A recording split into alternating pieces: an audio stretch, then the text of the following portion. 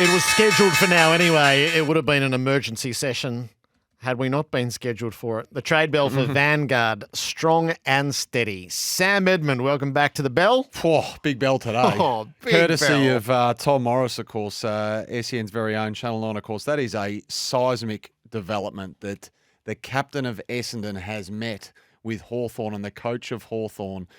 You know, while we're still discussing the fact that the Essendon board has met, has scheduled, but in that board meeting have proven to be resolute that their captain is not for sale. And here we are. He's met with Hawthorn yesterday. It's so brazen. And that which tells you what the mindset is. Oh, no, he wants to go to Hawthorn. Zach Merrett wants to go to all that. The bit that just intrigues me as an aside here in the cut and thrust and the dealings is that Tom Petroro, who's a big player in this space as a manager of TGI, he manages all three of them. He manages Brad Scott, he manages Sam Mitchell, and he manages Zach Merrett. How on earth do you navigate three of the slipperiest slopes at the moment as one entity, as one manager? So it's massive. It is a massive development. I mean, Essendon, you'd love to hear from Zach Merrett. Does he believe in the coach? Does he believe in the vision that the coach has sold? Does he believe in the direction that the club has taken since he recommitted? You know, a couple of years ago, I think Champion Data rated them as the second best list in the comp. They were fourth on the ladder. They had millions of dollars in the cap. And now this list has got itself to a stage where they're prioritising the draft, the Matt Rosa plan. Established players and senior players are leaving. They're not being replaced with similar types. Draper leaving, as we've said, as an unrestricted free agent. I mean, that's an error when there's so much money in that cap. And they've played contract catch-up with him all the way through. So all of these factors, I think, are in Zach Merrett's mind. At the age of 30, as a captain, he's played in 4 losing finals. He's, I'm sure, seeing his football mortality stare him in the face. What does he want to get out of the rest of his career? And that's led us to here. So there's little doubt that Essendon, as of tonight, with Brad Scott on 360, and then tomorrow, we're going to plant their flag. Yeah, they are. And they will. Say, while the earth revolves around the sun, we won't be trading Zach Merrett. And they now have this extra little bit of information to feed into that. So do they. And this is a clear escalation, by the way. Now, as much as we say this has been an annual story, quote unquote, with Zach Merrett. It's a deliberate escalation. And it has. This is a clear escalation because the St Kilda stuff, you wouldn't say it was laughed off, but that was a throw from deep backwards square leg from Gubby and Sauce last year. It never got out of second gear. This is a clear escalation of that. So it's absolutely manifested itself more significantly 12 months on. And we wait to hear from Brad Scott tonight. And the question, I don't know, for Brad Scott is, would he as coach, philosophically, is he wanting to keep a player who clearly doesn't want to be there? And even if they do, he can't remain as captain, can he? He could not stay there and continue to be captain of that football club, having met with rival clubs, regardless of their stance, for me. Now, they're not flush with with other captaincy options down there, but so be it. If you're holding him, I'm not sure he can be held as captain. What can they get for him? So at the moment, they've got pick 8. That's the pick tied to Carlton. I'd reckon James Worpel, and this is all spitballing, of course, but I think they'd throw the Worpel pick in, which won't be high, mind you, and will shuffle back if it is to be Geelong, and then maybe something else on top of it. That's the other thing. I mean, they've clearly got money. Cal Toomey told us, because they offered $1.7 million a year for Harley Reid. They've got money in the cap.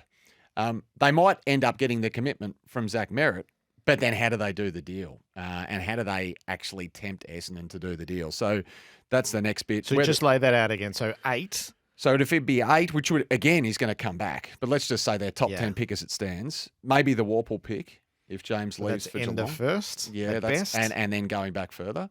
And then there'd have to be something else. Yeah. I mean, future picks now are at play, but geez. It's not even close. How are Essendon going to be satisfied is the question that we ask for Zach Merrett. It's a question that we ask of Carlton for Charlie Curnow. It's what makes these deals stuff. WhatsApp group fodder. Sort of the trades that Adam Cooney puts together with us, the mega trades. I mean, this is the realm that we're dealing with for a big, what is he, a soon-to-be 6-time best and fairest winner? Yeah. And then you think, where does it leave Essendon in the short to medium term? A smouldering rubble. Yeah. They're not a rebuild if he leaves. They're a smouldering rubble. So and the board did meet. That is true, as has been reported by Tom Morris as well as standard. Now, David Barham has turned that board over, but they are aligned at the moment that he's not for sale. But this is, If Zach Merrett doesn't speak, Essendon are going to speak over the next couple of days via Craig Vozzo, Brad Scott tonight, and I'm due out there for a meeting tomorrow as well with Matt Rose, so the list manager. So it's going to be interesting to see what Essendon present to us over the next couple of days. All right. What else do you want to bring to the trade bell? Yeah, there's a fair bit happening. Sightings, we love them and we welcome them. Sightings. So Callum Ah Chee was actually sighted in Perth yesterday. Now, There's been a fair bit of correspondence on this. He jetted back to WA between finals. So this is absolutely correct, but I'm told has nothing, Gerard, to do with any interest from West Coast in the Lions free agent. Personal family reasons. He was due back in Perth. He went very much with Brisbane's blessing and understanding. He'll be a key player against the Suns on Saturday night. But separate to that and separate to his trip home, he's still sitting on his contract decision, of course. Adelaide coming pretty hard for him. West Coast as well, with offers that are superior to Brisbane. So he's got a decision to make. That's that. Yes, that's quite odd as well. Just before we start in full, he was probably never going to be traded anyway, but the Western Bulldogs are set to recommit to Adam Treloar. The particulars to be worked through, but this will be a one-year deal for 2026. He's been made to wait. He's been made to play. I mean, he wanted to play VFL finals anyway after a miserable year on the injury front. He strained his calf multiple times. Been a shocker after the All-Australian last year. 32 years of age, just the 4 games this year. VFL prelim on Saturday, but he will sign in the not-too-distant future a one-year deal to remain. He's a popular player down at the Dogs. That's a good result. Collingwood, who on one hand are preparing for a home prelim, Gerard, right, which is a fantastic achievement given the spot they found themselves in, recently, losing 5 of 6. But on the other hand, they're navigating multiple list management decisions ahead of the trade period. So we know Pendlebury, Sidebottom, Howe are all playing on one-year deals and at bargain prices too. That cannot be overstated.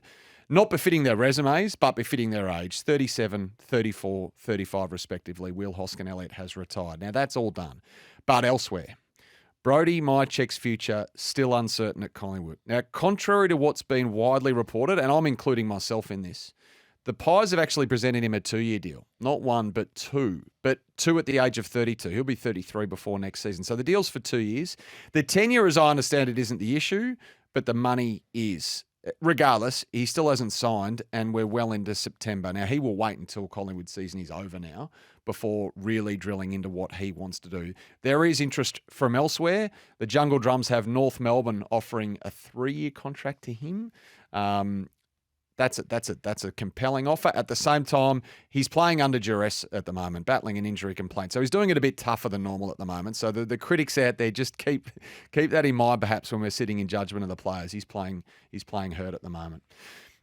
You happy for me to continue? Keep going. Collingwood, at the same time, when it comes to this part of the ground, they've got an interest in a fringe Sydney key forward, Gerard. Jack Buller, or as Gerard Whateley calls him, Mount.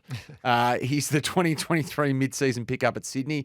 Key forward out of contract. Back injury wiped out all of last year. He's 199 centimetre target. He played the last 9 games this year. He kicked 11 goals. He kicked 3 against West Coast in that final round. 8 marks, 14 disposals. Collingwood like him.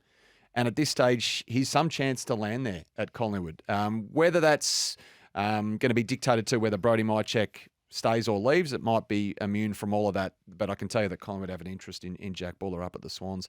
And Jamie Elliott, still unsigned, has a 2-year offer to stay as well, but he's holding out at 33 years of age. So there's a bit happening in that space at the moment with the Pies. All right, keep going. But I'm conscious of rabbiting on too much. Finbar Maley's another one. Signed a 1-year extension last September through until the end of the year. Does he have a deal to remain at North Melbourne? Could he be persuaded to join the Sydney Swans? Do the Swans have an interest in Finbar Maley? The Roos really like Cooper Trembath. 9 goals in the last 3 games. He's 193 centimetre key forward.